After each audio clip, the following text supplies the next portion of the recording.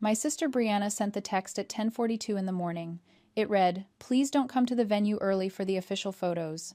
Honestly, your whole look is a bit budget. It clashes with the luxury aesthetic I'm curating for the magazines." She added a shrugging emoji. I didn't gasp. I didn't throw my phone across the room.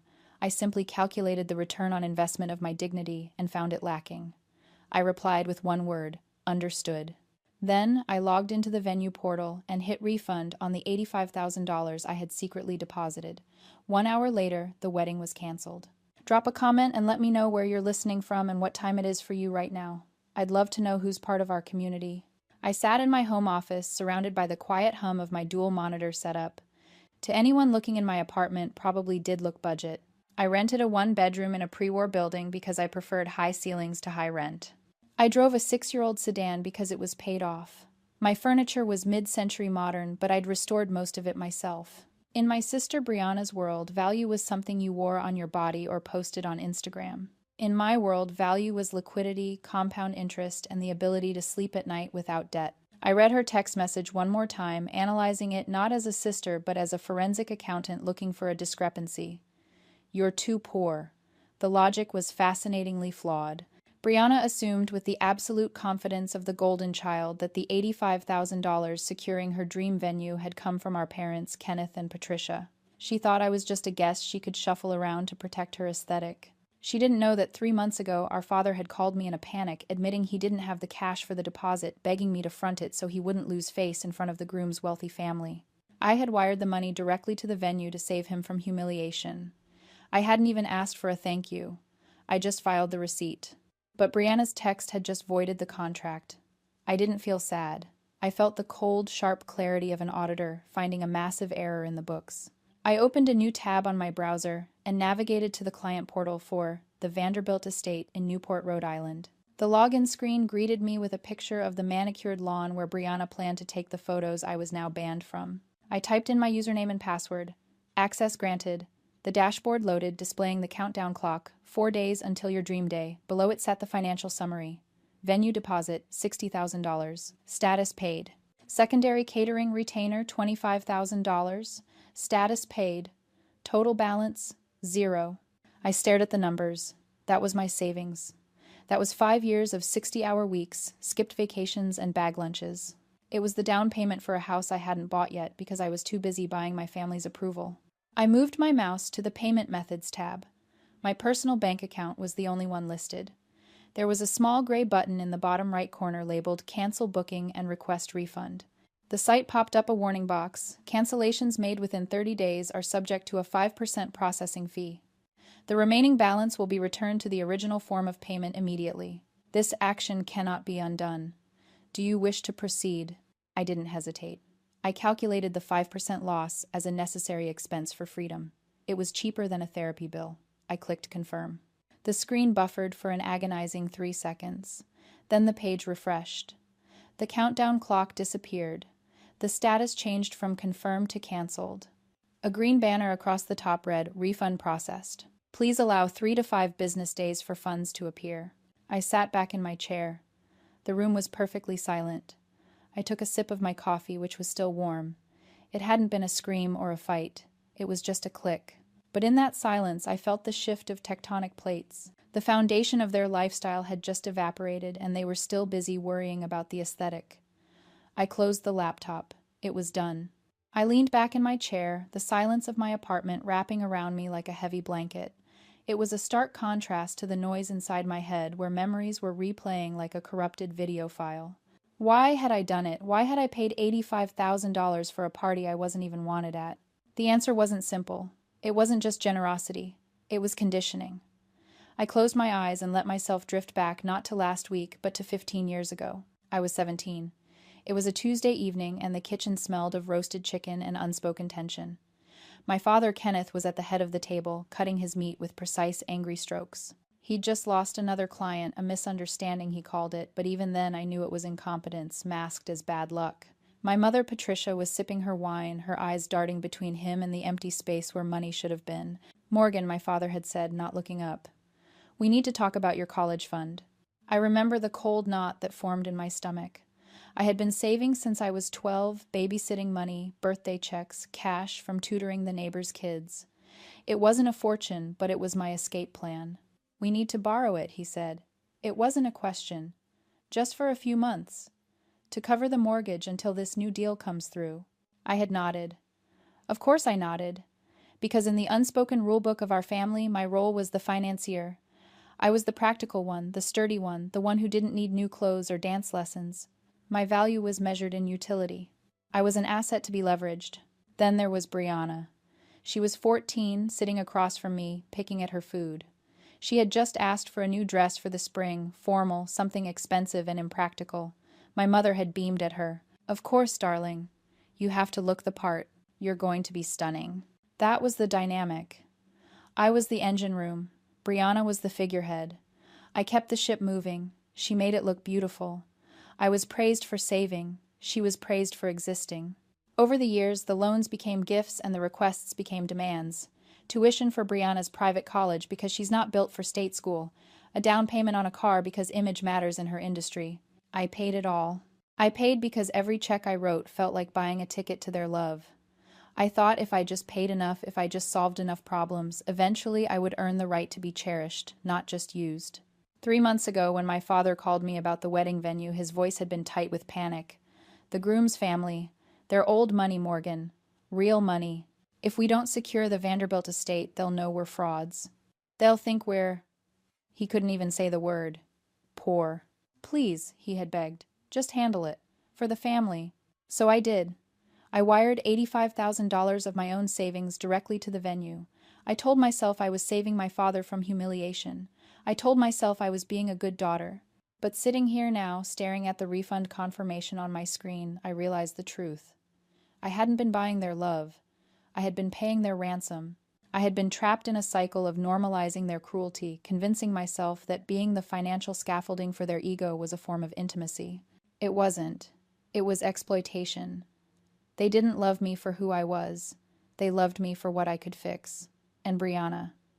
Brianna had absorbed that lesson perfectly. To her, I wasn't a sister. I was a resource. A resource that had served its purpose and could now be discarded because it didn't fit the aesthetic. The realization didn't hurt. It clarified.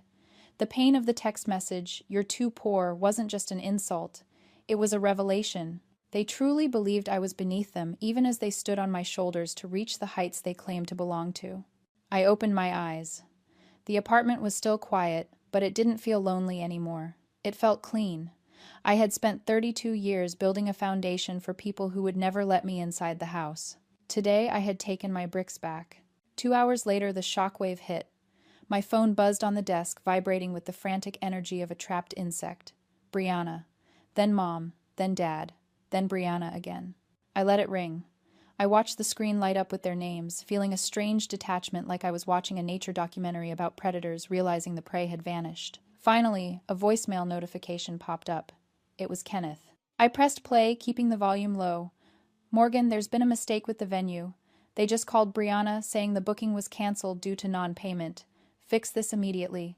We look like idiots. Tyler's mother is asking questions." His voice wasn't apologetic. It was annoyed. He genuinely believed this was a clerical error, a glitch in the system, that I, the family, tech support, and ATM was responsible for correcting. He didn't connect the dots. He didn't think for a second that the poor daughter he'd just allowed to be insulted had the power to shut down the entire show. 10 minutes later, another voicemail. This time from Brianna. She wasn't annoyed. She was hysterical. "Morgan, pick up. The caterer just emailed me. They said the retainer was pulled. What is happening? Did you hack the account? Fix it now." I smiled a small, cold curve of the lips. Hack the account. The irony was delicious. They assumed I had stolen access, never once considering that I owned the account because I had funded it. The calls kept coming. My phone was hot to the touch. I silenced it and turned it face down. I imagined the scene in Newport.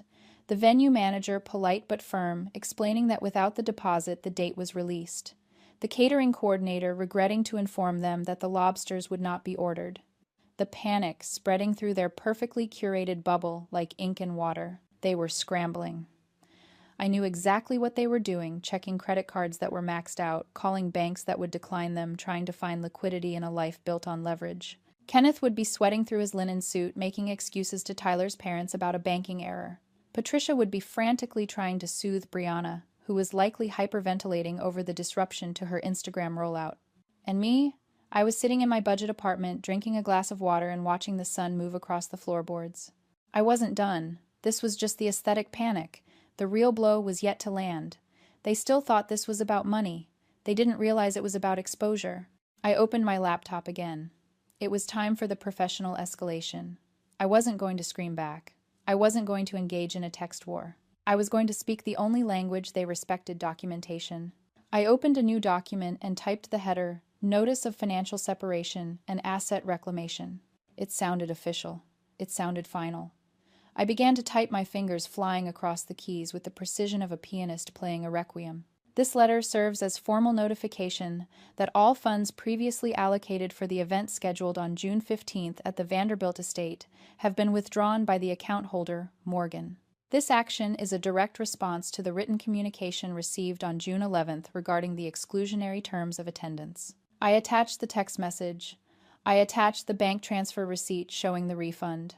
I attached the original deposit confirmation. Then I did something petty, something necessary. I added a line at the bottom: please direct all future financial inquiries to the primary beneficiaries of the event, Kenneth and Patricia, as I am no longer a stakeholder in this venture. I saved the document as a PDF. I titled it The Invoice. Then I opened my email. I typed in Brianna's address, then Kenneth's, then Patricia's. And then with a steady hand, I added one more recipient to the BCC line: Tyler, the groom. It was the nuclear option. Tyler didn't know the truth about the money. He thought my parents were funding this wedding as a gift. He thought he was marrying into a family of means. Sending this to him wasn't just canceling the wedding. It was lighting a flare in the middle of their deception. I hovered over the send button. My heart rate didn't even spike. I wasn't afraid of the fallout. I was the fallout. I clicked send. The email whooshed away. The aesthetic panic was about to turn into a forensic audit, and I was the only one with the receipts. I didn't close my laptop after sending the email. That would have been an emotional reaction, a mic drop moment. I don't do mic drops. I do data preservation. I knew my family. The moment they realized I had nuked their narrative, they would try to scrub the evidence. They would delete emails, shred documents, and gaslight me into believing I had imagined the whole arrangement. But I was a forensic accountant. I knew that the cover-up is always sloppier than the crime. I opened the shared family cloud drive. I had set it up for them 5 years ago to manage tax documents and property deeds. I still had administrative access. My fingers moved across the trackpad with practiced efficiency. Select all, download, archive. While the progress bar crawled across the screen, I started sifting through the wedding planning folder my mother had shared with me months ago, back when they still needed me to organize vendor contracts. I wanted to make sure I had a copy of the catering agreement I had just voided. I scrolled past the mood boards and the floral mock-ups. Then a file name caught my eye. Wire. Confirmation. Vanderbilt. Kenneth. PDF. I frowned. I hadn't created that file. I clicked it open. It was a wire transfer receipt from the bank, dated 3 months ago. It looked official. It showed a transfer of $85,000 to the Vanderbilt estate. But the sender wasn't me. It was Kenneth and Patricia. I leaned closer to the screen, toggling my view to 200%. The font on the sender's name was slightly pixelated compared to the bank logo. The alignment on the date was off by maybe a millimeter. To a layman, it looked perfect. To an auditor, it looked like a felony. I checked the file's metadata. Created Adobe Photoshop. Author Brianna. I sat back, the breath hissing out of me. They hadn't just used my money. They had erased me from the transaction entirely. Brianna had taken my legitimate confirmation, photoshopped our parents' names over mine, and saved it as proof of their wealth. But who was this for? The venue already had the money. They didn't care whose name was on the receipt. I went into my father's outbox on the shared server. I searched for the file name. There it was. An email sent 2 months ago to Charles Wellington, the third Tyler's father. The subject line read, Venue secured. Our gift to the kids. The body of the email was nauseatingly casual.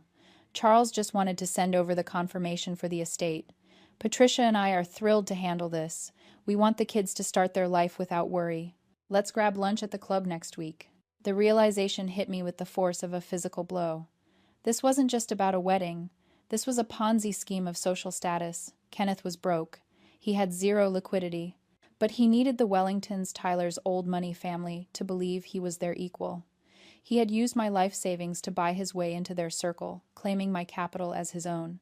And that meant my refund hadn't just canceled a party. When I pulled that money back, the venue's automated system would have sent a payment voided notice to the contract holders. But since I had BCC'd Tyler on my notice of financial separation, he was about to see two conflicting realities. My real receipt showing I paid it, and his father's fake receipt showing Kenneth paid it. The math wouldn't add up. And when rich people see math that doesn't add up, they don't get angry. They get legal. I looked at the screen at the Photoshop forgery that was about to destroy my father's reputation far more thoroughly than any rumor could. I hadn't just exposed him as cheap. I had exposed him as a fraud. I saved the file to my desktop. I dragged it into a folder labeled Evidence. My phone started ringing again. This time it wasn't Brianna. It wasn't my mother. It was the landline from my parents' house. The one they only used for emergencies. I didn't answer. I just watched the light blink cold and steady like a warning beacon on a shoreline I was already sailing away from. I had the spreadsheet. I had the truth. And now I had the kill shot. The knock on my door came at 9 p.m. It wasn't the aggressive pounding of a father coming to discipline a child. It was a weak, hesitant sound, the kind made by someone who knows they are trespassing on patience that has long since run dry. I opened the door. Kenneth and Brianna stood in the hallway.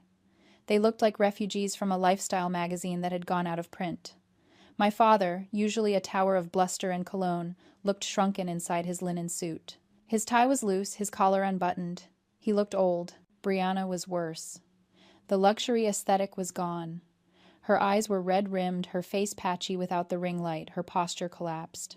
"The Wellingtons pulled out," Kenneth said. His voice was a rasp. "Charles called me an hour ago. He saw the email. He saw the discrepancies. He called off the wedding." I leaned against the doorframe, crossing my arms. I didn't invite them in. My apartment, the budget space they had looked down on for years, suddenly felt like a fortress. "We can fix it," Brianna whispered, stepping forward. "If you wire the money back right now. If you send a correction, saying it was a misunderstanding. We can tell them it was a banking error. We can save the date." She reached out to touch my arm, her hand trembling. "Morgan, please. It's my wedding. It's everything." I looked at them, really looked at them, and felt a strange sensation wash over me. It wasn't anger. It wasn't satisfaction. It was pity. For my entire life, I had been intimidated by these people. I had been cowed by my father's booming voice and my sister's icy judgment. I had believed their arrogance was an intrinsic quality, a superpower they possessed that I lacked.